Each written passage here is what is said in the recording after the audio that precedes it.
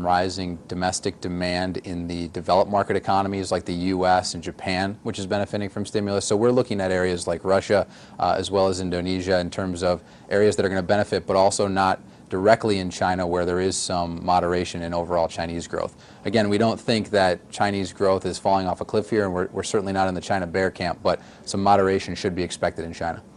If interest rates are rising and mortgage rates push some people out of the housing market, doesn't that throw some risk in MBS? Absolutely. I think, overall, mortgages are, a huge part of the asset purchase program that the quantitative easing program by the Fed right now.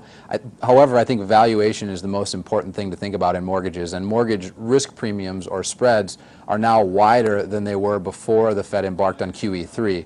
So you want to understand what you're being paid for the risk you're taking, and I think the QE tapering has already been priced into the mortgage market. We don't buy sort of every mortgage in the market, but we do think there are opportunities in certain pools of mortgages on the agency side, as well as certain non-agency mortgages which benefit as the housing market recovers in the U.S. What are you outright avoiding, if anything?